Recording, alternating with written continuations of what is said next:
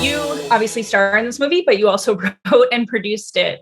How did you want to up the ante for Venom 2, for the second Venom? Well, it's a collaborative sport, in many aspects. After the first one had finished, we watched with bated breath to see how it was taken by their audiences and the critics. And critics didn't really like it so much, but their audience did respond. And we looked at what they were responding to and also what we were passionate about. And some of the things that they loved were the things that we intrinsically knew we wanted in the first one. So we started with that. More Eddie and Venom. We want to go on a journey with them. We want to see where they develop, because it's not just, man is attacked by a parasite, thinks he has a tropical disease and he's dying, and he's not. He's got a really friendly big alien that lives in him, but it's also really dangerous. So what happens next? So I want to know more about that. So we went for the odd couple, like a married couple who are, flatmates that are not getting on well at all. And they have very different ideas and opinions on the world, and they're rubbing against each other in a very small apartment.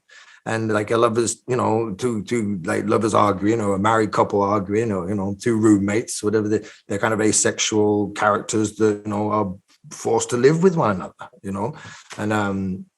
And then the other side, we wanted to mirror that once we found this character which was obvious, but at the time it wasn't. It was connected so intrinsically to Cletus as well, which mirrored the relationships. And then there's Annie and Dan as well. So we knew that this was a love story, but we also had to bring Carnage out as well. So it was then trying to work out how do we best fit that and put that together in a 90-minute ride. How did you sort of imagine, Carnage obviously existed in the comics, but how did you sort of imagine how Carnage would sort of manifest on screen?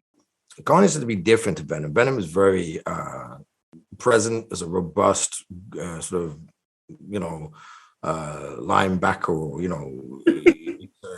he's present, he's direct, he's straight, he does what it says on the tin, he's a bit of a boulder, he moves, he's unstoppable, he's 7'9".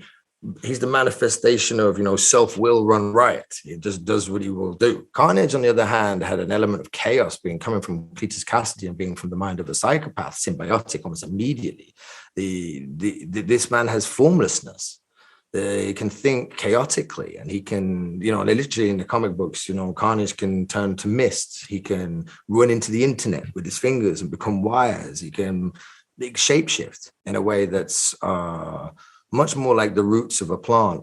This nemesis has a functionality and an aesthetic which is very, very different. Although they both have jaws with teeth and tongues and eyes, they manifest differently, and they have to have some kind of collusion with their host, and they're an externalized volition physically of the host that they're in, I think.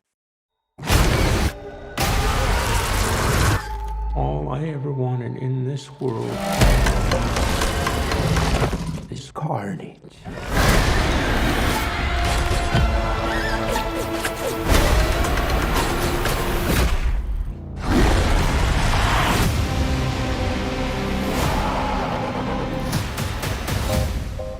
Oh, wow. You could just say, I'm happy for you. That was going to be us.